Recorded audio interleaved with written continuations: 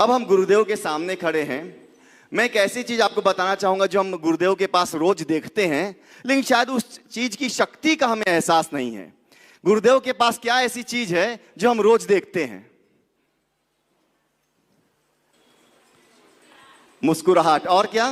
वो सामग्री है, कोई भौतिक चीज है? जाप। वो भौतिक चीज है, मतलब वो दिखती है चीज। जाप दिखता नहीं है, वो भौतिक चीज है। यस, महाराज जी की पीछी।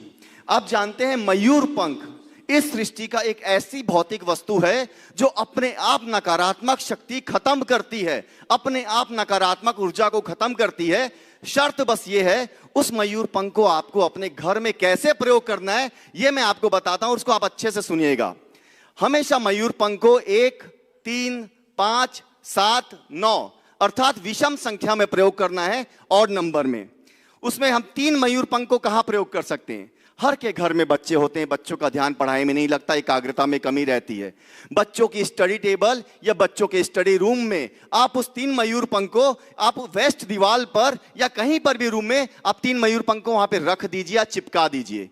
आप देखेंगे उस मयूर पंख के प्रभाव से बच्चों की एकाग्रता, बच्चों की तन्मयता, बच्चों की ग्रास्पिंग पावर बहुत तेजी से बढ़ती है। राइट? 3 मयूर पंख बच्चों के स्टडी टेबल में या स्टडी रूम में।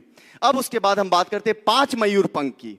5 मयूर पंख आपको अपने किचन में, अपने स्टोर रूम में लगाना चाहिए। उसके द्वारा वो पंच तत्वों को एक्टिवेट करते हैं।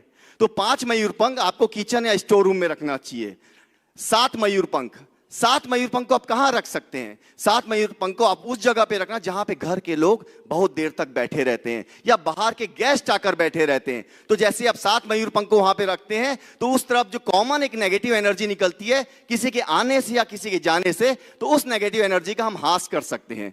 उसके पश्चात आता है 9 मयूर पंख।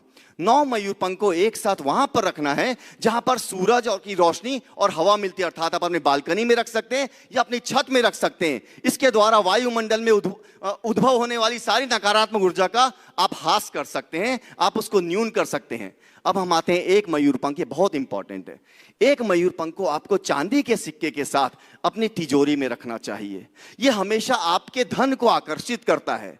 तो आप ये समझिए, मैं सिर्फ 9 मयूर पंख तक बात किया हूं, उसमें इतनी शक्ति है। हमारे जो गुरुवर इतनी बड़ी पीछी लेके चलते हैं तो हमारे गुरुवर में कितनी शक्ति होगी, आप ये सोच के चलिए। तो बस गुरुवर का आशीर्वाद भी साथ में लेते जाइए और ये छोटे छोटे उपाय भी करते जाइए, फिर आप देखेंगे क्या से क्या चमत्कार हो जाता है।